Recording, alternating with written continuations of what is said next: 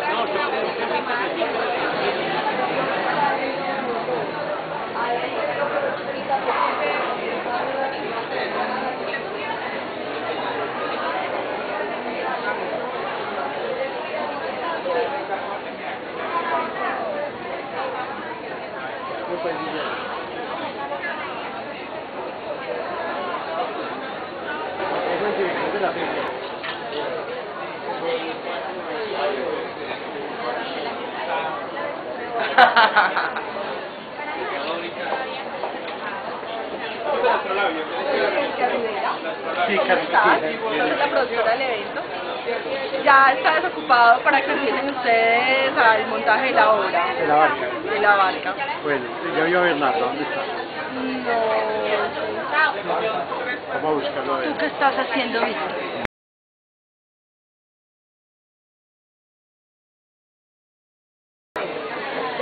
De la organización te puedo decir que quisiera que todo el sector de libreros, las mesas, los comités y todas las diferentes instancias de participación sean un poco más compactas, más organizadas, con criterios más generales y homologados.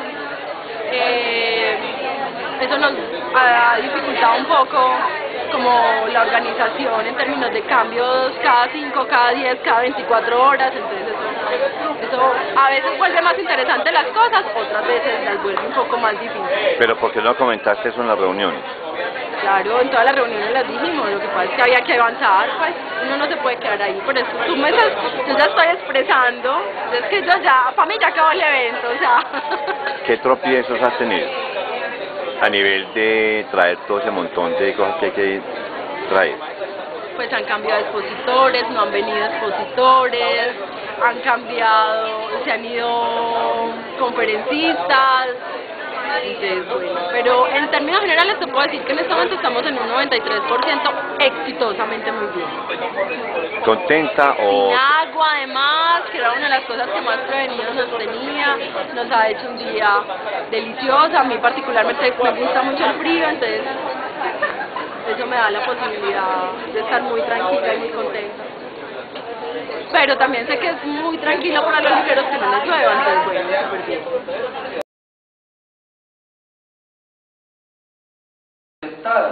Temblaría ante la más mínima dosis de duda. Capítulo aparte tenían los artefactos que constituían una suerte de droga. Consideraba que existir era estar drogado por el aire, por el oxígeno en primera medida y por los alimentos, y rotundamente y redundantemente por el alcohol y las drogas psicodélicas, que a diferencia de lo que los otros pensaban, a nadie hacían levitar.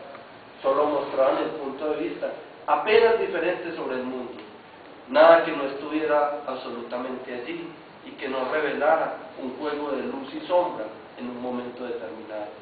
Era la memoria de la iluminación total, el momento de la percepción de algo. Bueno, yo aquí ya, esto está más abstracto, pero como el tema de la geografía, pero yo quiero leerles algo, tal vez que había señalado a propósito de los libros, donde hay algo sobre libros que me pareció interesante de pronto leer. ¿Alguna pregunta de lo que se ha leído?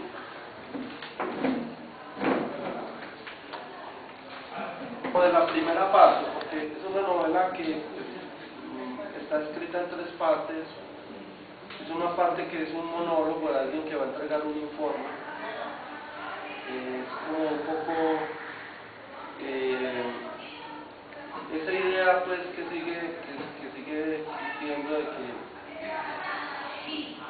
todo lo que nosotros hacemos en la vida, sobre todo los escritores, es dar un informe de lo que hacemos, ¿cierto? Entonces, por principio ese informe es como un documento de vida, pues este es el documento de lo que he vivido y que de algún modo uno siempre está rindiéndole como cuentas a alguien. Pero en este caso es un informe que un poco, yo diría kafkianamente, sin ser kafkiano, porque no está obviamente inspirado en Kafka, pero la vida es kafkiana, simplemente lo que hizo Kafka fue de esa realidad, y un poco todos los escritores terminan siendo kafkianos en la medida que revelan esa realidad de literatura, porque lo que hace la literatura básicamente es dar un informe sobre la condición del hombre. Lo que hacemos todos en el cine, en el video, en el arte, es revelar la condición del hombre, del ser humano y su existencia, y en esa medida pues no dejamos de ser humanos, ¿cierto? Porque no tenemos la visión de las hormigas. Yo quisiera escuchar algún día, ojalá se logre, la visión de las hormigas. Yo creo que sería muy distinta, iluminadora. Finalmente es una cosa muy ególatra, los hombres, nosotros los macacos, como dicen los brasileños, los portugueses, los micos, inteligentes, hablando de nosotros mismos. Es decir, es algo autorreferencial. Bueno, aquí voy a empezar al revés de lo que empecé. Yo voy a empezar por el principio, como para recuperar ese ambiente urbano de lo que se trata esta lectura. Y así empieza este escrito. Claro que yo ya leyendo desde donde leí lo voy a cambiar el orden. Me gustó más. Detente, detente, detente, le dice a la lluvia que comienza a caer mientras avanza bajo el viaducto del metro. Va rápido y todavía no decide si correrá o se escapará apenas se afirme la lluvia. De quedarse escampando no llegará a tiempo. Desea por una vez cumplir una maldita cita, pero si corre, puede que de todos modos la lluvia lo alcance. Luego, a las 4 p.m. querrá estar tranquilo, caminará hasta su casa si no llueve. Incluso si llueve, es probable que también lo haga. Hace ya tiempo que no puede ocupar todas las funciones de su cerebro en el arte de hacer nada. Caminar, extrañar, como si de pronto aquello se convirtiera en algo nuevo. Siempre habrá una calle, un ser peculiar, un animal exótico, el paso de un tren que no pasa, un objeto por descubrir. Le ordena a la lluvia: detente, detente, detente. Piensa que si la lluvia le hiciera caso y se detuviera bajo ese cielo de plomo, sería un milagro. Quizá eran mejor las gotas menudas que ya venían entre las ráfagas de viento. No quería verte involucrado en un milagro a esas horas.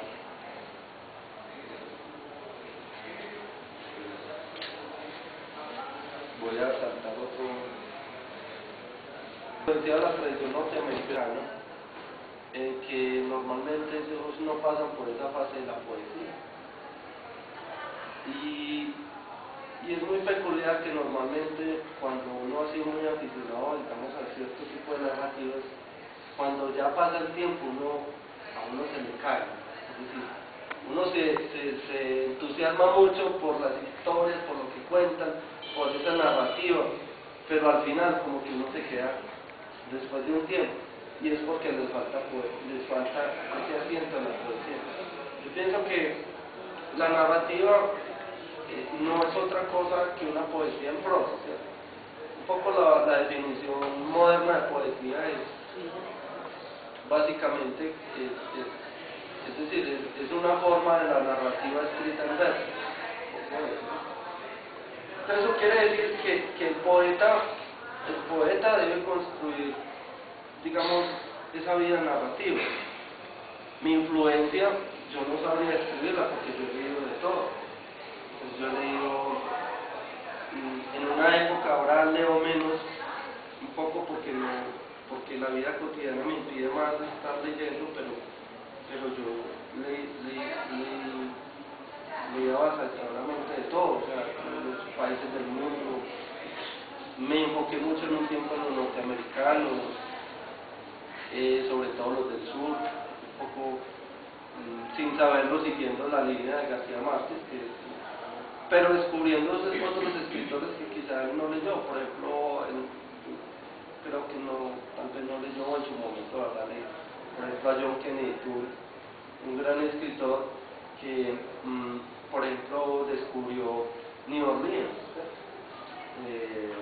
Ahora Rosero hablaba del Dublín de Joyce, ¿sí? pero claro que es una gran mentira, ¿cierto? O sea, el Dublín de Joyce, el Dublín no se podría reconstruir a partir de Joyce, ¿cierto? Habría que leer bien a Joyce para saber eso, pero igual es la reconstrucción poética.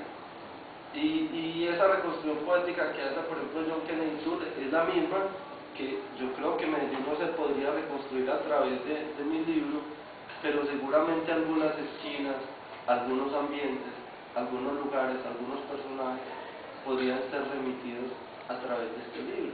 Yo pienso, obviamente, como dicen, pues no tengo la obligación de escribir a Medellín, ni siquiera describir, pero esa necesidad de documentar, de dar ese informe sobre la existencia, quedan esas calles, quedan esas esquinas para la posteridad, más como unos ambientes espirituales, unos ambientes poéticos que finalmente son los más importantes.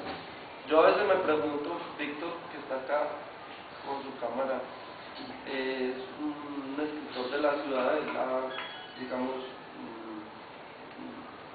revivido una época en algunas de sus novelas. Y yo digo, ¿qué hace que 4 paredes sean importantes, ¿cierto? ¿Qué hace que una calle de Junín, administrada por una vergonzosa administración pública, sea importante, ¿cierto? ¿Qué hace que una ciudad sobre la que han sobrecaído los peores proyectos urbanísticos sea importante para nosotros? Son las experiencias. Las experiencias, por decir algo, saber que aquí en este café se sentó Tomás Carrasquilla a tomarse un café y a conversar con sus amigos, saber que Fernando González se sentaba en tal tienda en Envigado a verle crecer los senos a las muchachitas, ¿cierto? Saber que Gonzalo Arango se sentaba en el automático con sus amigos y que iban a conspirar para dañarles el congreso el congreso ese de las ¿cómo se llama?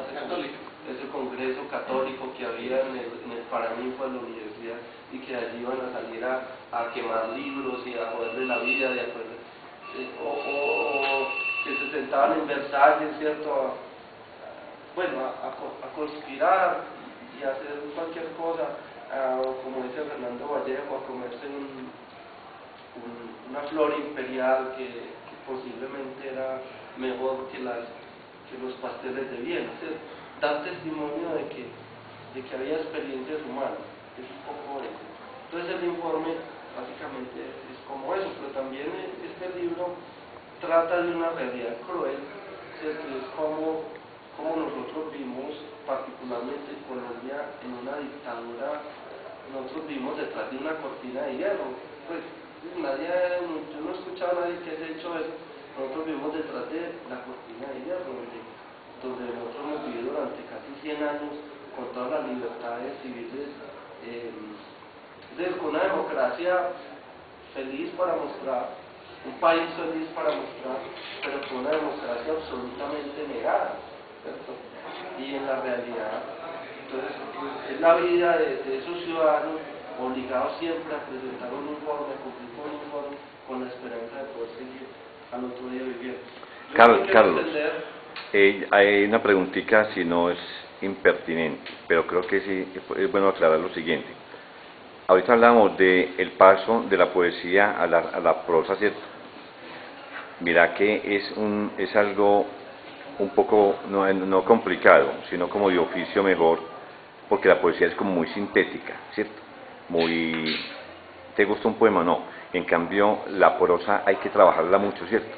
Contanos cómo ha sido ese paso tuyo de que, pues, de todas maneras has sido cuentista y has escrito poesía, pero cuando ya te metes en un trabajo de largo aliento, ¿cómo has hecho para obviar poesía y ser como más prosaico, pues escribir más cotidianamente, que es lo de la prosa, ¿cierto? Lo que pasa es que en la poesía, yo lo quiero un poco repetir, la poesía es más, para mí particularmente, está más cercana a la filosofía, está más cercana al pensamiento.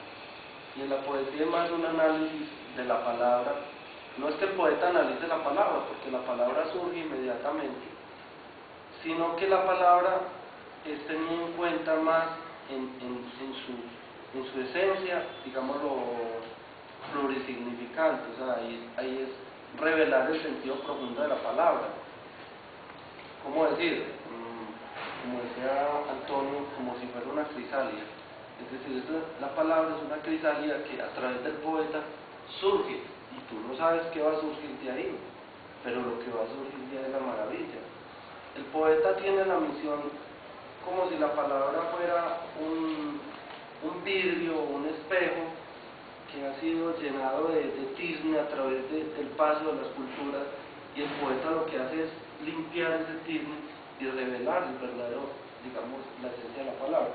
El narrador utiliza la palabra más instrumentalmente, pero eso no significa, pues en este caso, pues la experiencia mía, no significa que a través de ese ejercicio, y ahí es donde yo decía que, por lo menos para mí, es importante que el narrador sea poeta, porque a través de la narración realmente es un conjunto de experiencias que básicamente necesitan algo que muchas veces no necesita la poesía, por lo menos la contemporánea. Es decir, la poesía antigua, digamos, era más épica, contaba historias, ¿cierto? Pues, digamos, en su fase épica, porque siempre ha existido, digamos, todos los géneros de poesía han existido. Digamos que hubo un dominio de la poesía épica que contaba historias. Luego, la narrativa, que de todo modo fue el último género en aparecer, digamos, en la civilización, por lo menos occidental, incorpora la poesía. Y yo pienso que no existiría, por ejemplo, un García Márquez si no fuera antes un gran poeta. Si uno lee la obra de García Márquez, uno puede sacar fragmentos completos que son poemas, pero hay que contar una historia. Entonces yo pienso que si el poeta se deslinda, digamos, de su crisis con el lenguaje y se decide contar una historia, puede contar una buena historia. Pues yo espero tener la suerte de contar una historia y no ser atrapado, digamos, por ese mundo analítico de la poesía, porque la poesía es atrapadora, es digamos, arrobadora, te impide salir, te impide surgir, te mata. Son poemas, si uno no lo escribe, lo mata. Pero también una historia, si uno se decide escribir historias y no la escribe, también las mata. Entonces, por eso es que los escritores tienen que publicar, y uno tiene que publicar lo que escribió. Yo pienso que uno no decide un día para otro convertirse en narrador, sino porque es una fase, digamos, de la vida en que lo que uno está contando va más allá de un poema. Yo creo que mis profesores de periodismo me enseñaron algo, y es algo que viene de esa tradición, digamos, y es que hay cosas que cuando surgen en la mente son poemas, hay cosas que cuando surgen en la mente son cuentos, y hay cosas que cuando surgen en la mente son novelas, y hay cosas que cuando surgen en la mente son pinturas o son otras cosas. Entonces yo pienso que el artista, y eso es un poco la visión, digamos, que debe primar, es que el ser humano por naturaleza es un artista, y cuando le das opción a ser creador, no debe pensar tanto en que yo lo que voy a hacer hoy, que un poco la visión, me entro en otro territorio que es de los estudios culturales, que es una visión que nosotros venimos de una tradición, digámoslo, que es la tradición española. Es una tradición, digámoslo, académica en el peor sentido de la palabra, y es decir, que está basada en los textos y en los documentos. Y hay otra tradición, que es la tradición, digamos, de origen inglés, que se basa en lo que se llaman los estudios culturales, es decir, que el conocimiento no se basa necesariamente en los textos, sino en las experiencias creativas. Es decir, que yo puedo hacer una crítica de una obra haciendo una pintura o haciendo una obra de teatro, y es tan válida como la mejor crítica escrita en el periódico pues, del día. Con eso quiero decir, cada cosa que a uno se le ocurre viene como casi con un formato. Entonces uno no debe luchar con eso, simplemente uno debe asumir en qué viene. Entonces esta idea viene en forma de novela o viene en forma de un poema. Es un poco eso. Entonces digamos que esto vino en forma de novela y así lo escribí. Fragmentos.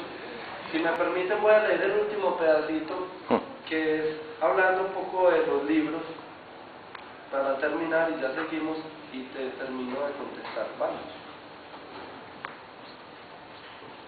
Había heredado una vieja biblioteca de un bisabuelo suyo, que llevaba varias generaciones metida en unas cajas en casa de su abuelo, que parecía un cerdo, según el imaginario de un famoso caricaturista de sus tiempos, y que no le prestó mucha atención.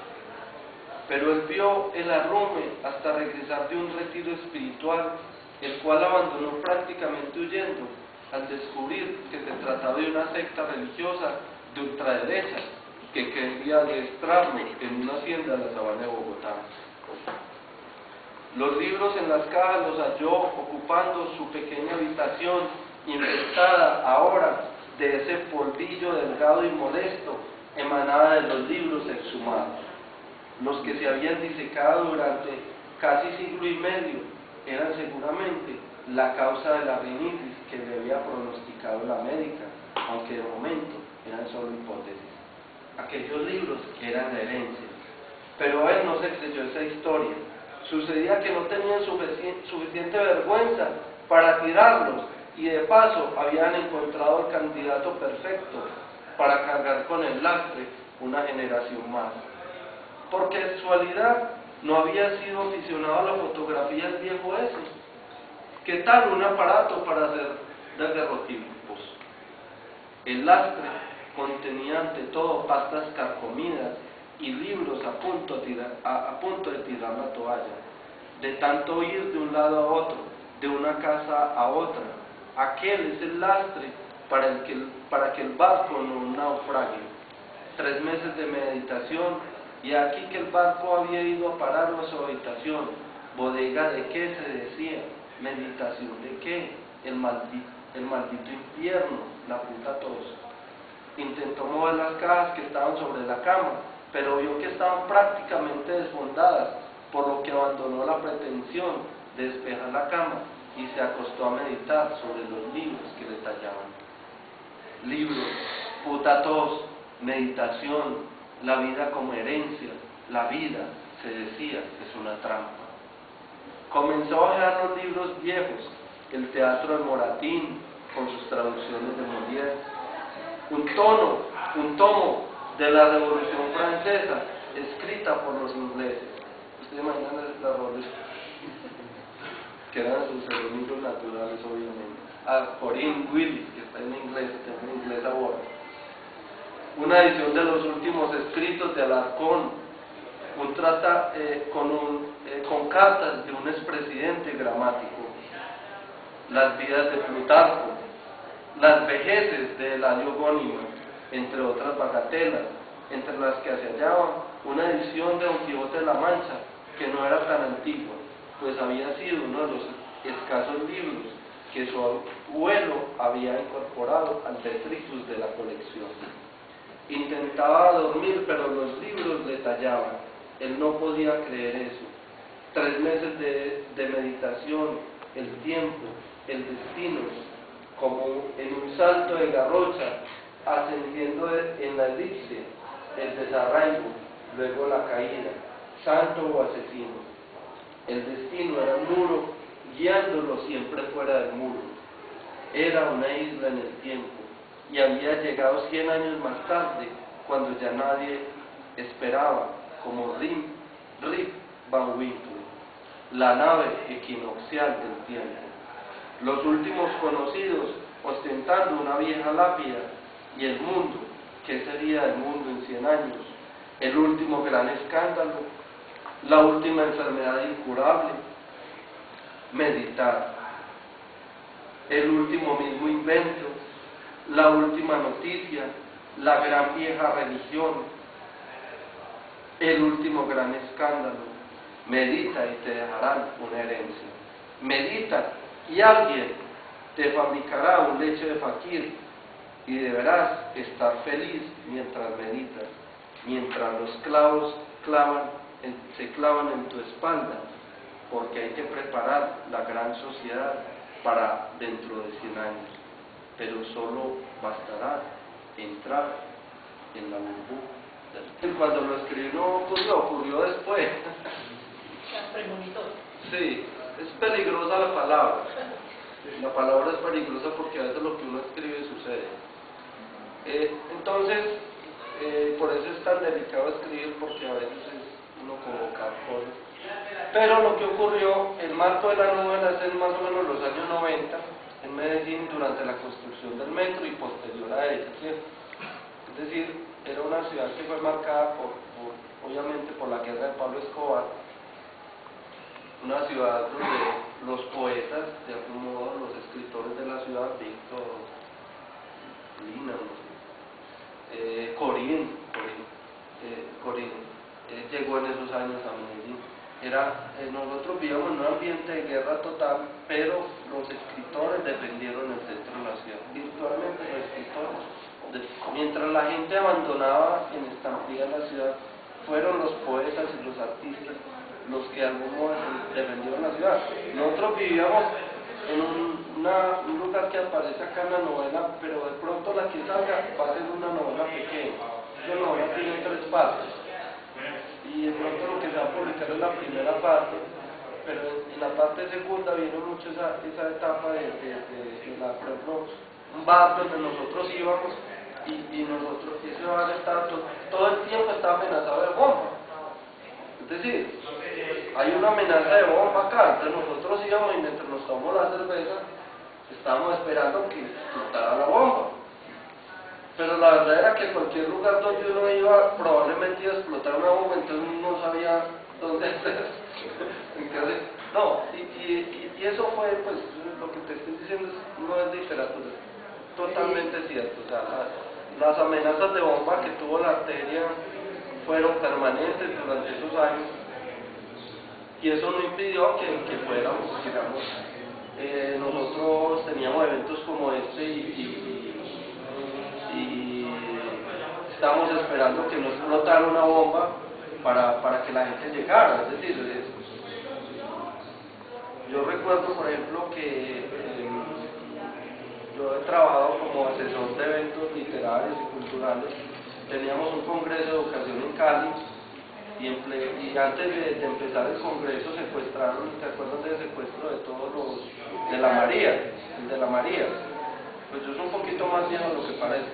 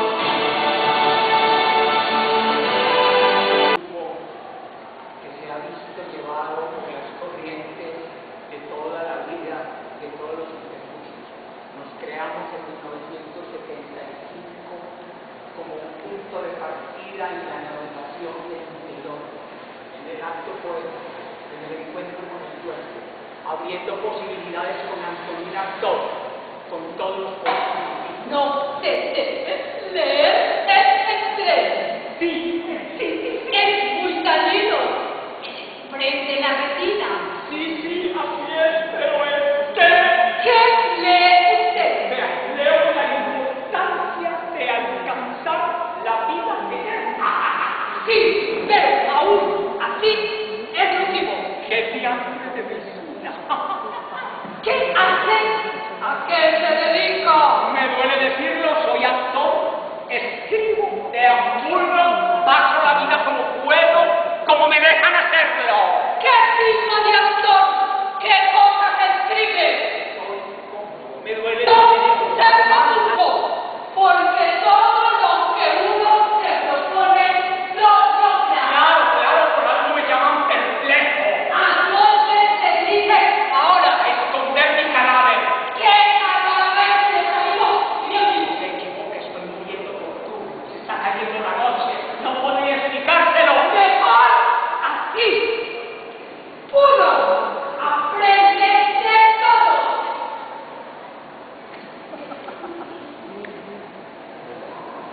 Soy monja.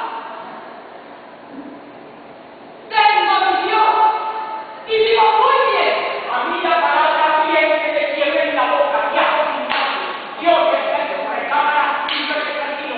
Yo sufro por ti.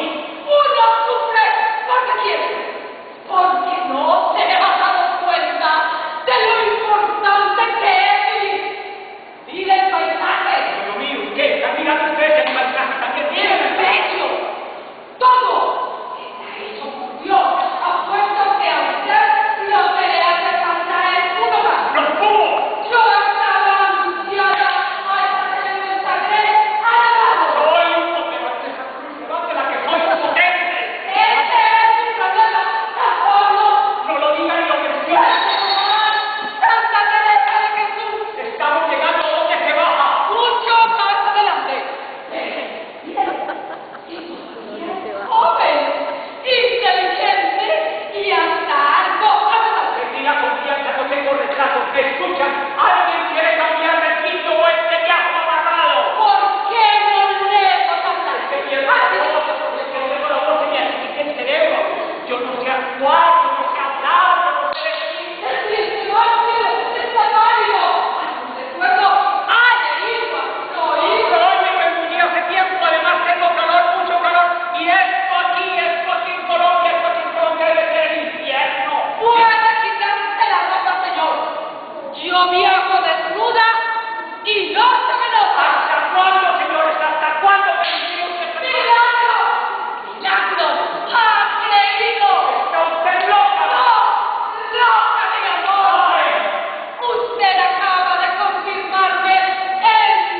Padre mío, y en sus manos encomiendo mi espíritu. No nos hagamos ilusiones. Estamos cerca del fin. No lo veo, no me entiende, salga de aquí. Así lo quería ver. Con que un ilustre no. ¡Muy madre, monja! No volvería a leer, no volvería a cantar, no volvería a hacer teatro, no Te lo volvería dije. a cantar, no volvería a nada, no volvería a nada. Mire, te lo dije y no me escuchó. Mejor así. Mejor sin él. Con la nada Muévate. Bien. ¡Hágalo! Con la adiós, perplejidad. ¡No se distraiga! ¡Vamos a llegar! ¿Podría llevarme la maleta? Tendremos que ir despacio a ver. Se ha desatado un aguacero. Sofía. Claro que llovía. ¡Puede! ¡No escapa! La naturaleza es así. Señores, ¿cuáles serán los primeros? No me tomen en serio. Acabamos simplemente. Como para olvidar, señores, han estado antes aquí. ¡Claro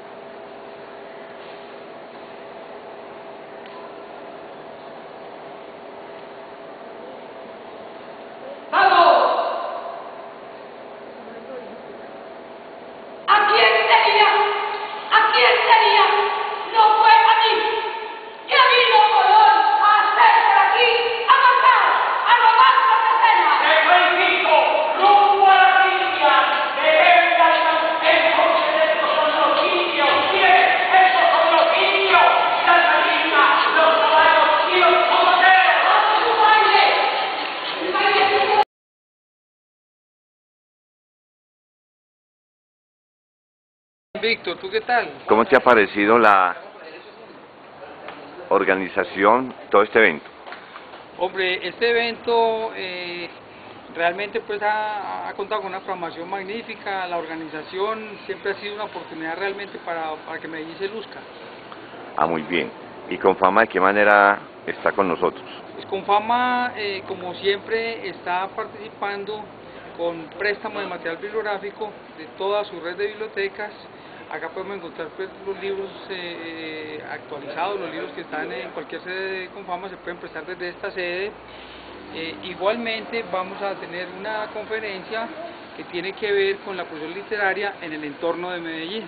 Ah, me parece muy interesante. De todas maneras, muchas gracias y acuérdese que la literatura nos recobra. La literatura nos llama, nos impele, nos acosa y estamos al lado de ella, ¿cómo no?